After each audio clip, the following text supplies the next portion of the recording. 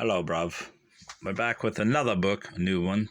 Ernie, Hemingway's sister Sonny, Remembers by Madelaine. Hemingway Miller.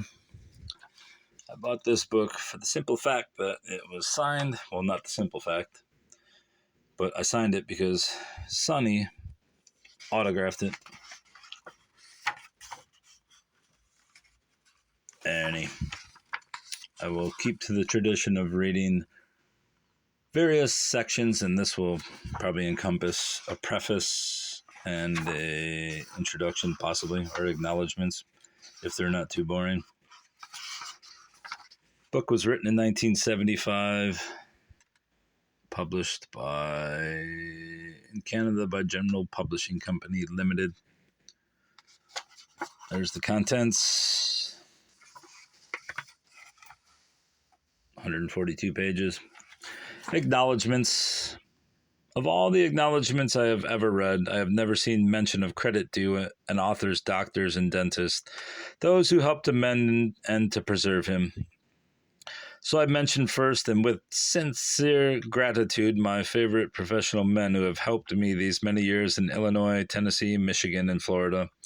I have outlived some of these men, all of whom tried their best to preserve me to this moment, without mentioning their several specializing skills they are, and I'm not going to read those names. To these I add my unlimited thanks to many friends, relatives, and neighbors who not only encouraged but actively prodded me to complete this project. Among my friends, I give special mention of Professor Matthew Brucali, who first suggested I attempt this book of remembrances, and to C.E. Fraser Clark, Jr., who backed him up vociferously. I also thank my longtime friend, Mrs. Charles R. Boynton, who read my first page of notes and encouraged me to continue. I wish especially to thank my friend John Volker, better known as Robert Traver. It was he who convinced me that I should let these memories and pictures be published during my lifetime. I also appreciate his entrusting me to his present editor, Nick Lyons, whose skill and guidance brought forth this volume from my material. In short, I am grateful to every person whose life has touched mine. Preface. Though I lived for a spell in Oak Park, Illinois during the early Depression years, and there began my own writing after marrying an Oak Park girl, Grace Taylor, who summered and still summers in northern Michigan, Hemingway country, and through her got to meet Ernest Hemingway's mother and youngest sister, and still later the author of this book, and still another sister, and fished up in Michigan with Ernest's uncle, George Hemingway, and pumped him about his gifted nephew and my newest literary hero. I never did get to meet the man himself, for by that time Ernest Hemingway had long since deserted his native village and flown off to such exotic places as Paris and Africa, and still later on to Spain and pre-Castro Cuba. The failure of our paths to cross seems all the more a pity because the longer I know the author of this book, the more I wish I'd gotten to know her brother Ernest. I say this because old friends of the family have more than once told me that of all the Hemingway children, Sonny and her Ernie, as she still calls him, were the most alike in temperament, gusto, and charm.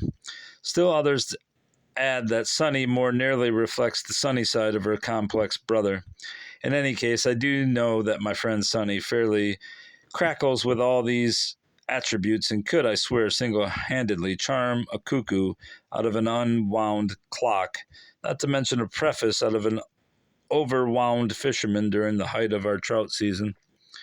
Literary critics disagree over many things. Of course, one of their most rhetorically prolific areas of disagreement being over whether the early life and background of a writer is important or even relevant in any balanced appraisal of his work.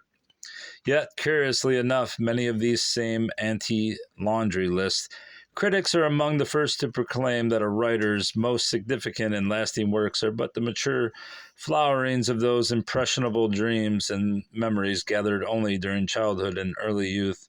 Since the subject scarcely lends itself to disposition in a preface, perhaps I'd better get back to that pleasant chore. The book that follows covers many facets of the crowded lifetime of Ernest Hemingway, but mostly it is the story of Sonny Hemingway Miller's memories of growing up in Oak Park in northern Michigan with her older brother. Her story is enriched throughout by a wealth of old family photographs and snapshots, few of which have previously seen the public light of day. To say that Sunny adored her brother Ernie and still adores his memory is not to suggest that a worshipful little sister has now lovingly contrived an illustrated literary Valentine. Instead, I think she has written an exciting and humorous and remarkably candid book about the importance of being earnest. Robert Trevor. And then we shall get to this. I will probably also look up Sonny and the many biographies I have of Hemingway to see what his opinion of her was. All right, I'll cut the schlock. Goodbye. That's all for now, brovs. Chapter 1 awaits. Goodbye.